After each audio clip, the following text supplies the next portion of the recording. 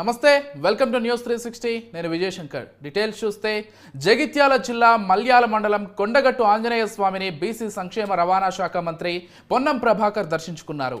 మంత్రితో చొప్పదండి ఎమ్మెల్యే మేడిపల్లి సత్యం కూడా స్వామివారిని దర్శించుకున్నారు. ముందుగా కొండగట్టుకు చేరుకున్న మంత్రికి పోలీస్ శాఖ గౌరవ వందనం చేశారు. అనంతరం ఆలయ సిబ్బంది మంత్రికి పూర్ణ కుంభంతో స్వాగతం పలికారు. ఆంజనేయ స్వామివారిని దర్శించుకుని ప్రత్యేక పూజలు చేసి మొక్కులు చెల్లించుకున్నారు మంత్రి పొన్నం. వేద పండితుల ఆశీర్వచనాలు చేసి మంత్రికి స్వామివారి తీర్థ ప్రసాదాలు అందజేశారు. ఈ సందర్భంగా ఆయన మాట్లాడుతూ రాష్ట్రంలో సమగ్ర సర్వే జరుగుతుందని, ఈ సర్వేకు ప్రజలంతా సహకరించాలని కోరారు. సర్వే జరుగుతూ ఉంది.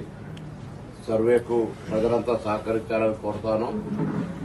ఈ యొక్క సమాచార సేకరణ ద్వారా భవిష్యత్తులో తెలంగాణ ఎవరికైతే కార్యక్రమాలు రావడం లేదో, పథకాలు రావడం లేదో వాళ్ళందరికీ ఇచ్చే అవకాశం దొరుకుతుంది.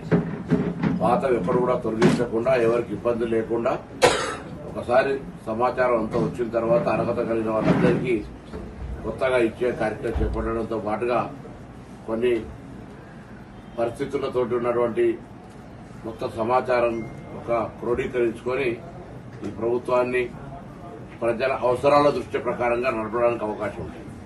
కాబట్టి ఇందులో కూడా కొంత ప్రతిపక్షాలు ముందుగా దుష్ప్రచారం చేసినాయి. బ్యాంక్ అకౌంట్ అడుగుతున్నాను లేకపోతే ఇట్లా అట్లా ఎక్కడ కూడా ప్రశ్నపత్రంలో అటువంటి లేవు. అకౌంట్ ఉందా లేదా అని మాత్రమే అడుగుతా ఉన్నారు.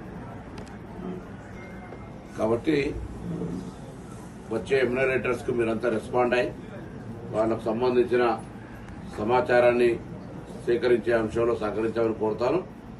ఎవరు కూడా దీనికి కూడా గౌరవ ముఖ్యమంత్రి గారు చెప్పినారు, ఎవరు కొత్త ప్రతిపక్ష ఎవరైనా అడుగుంటే తగిన చర్యలు తీసుకోబడతాయనే మాట మనం చేస్తా ఉన్నాం.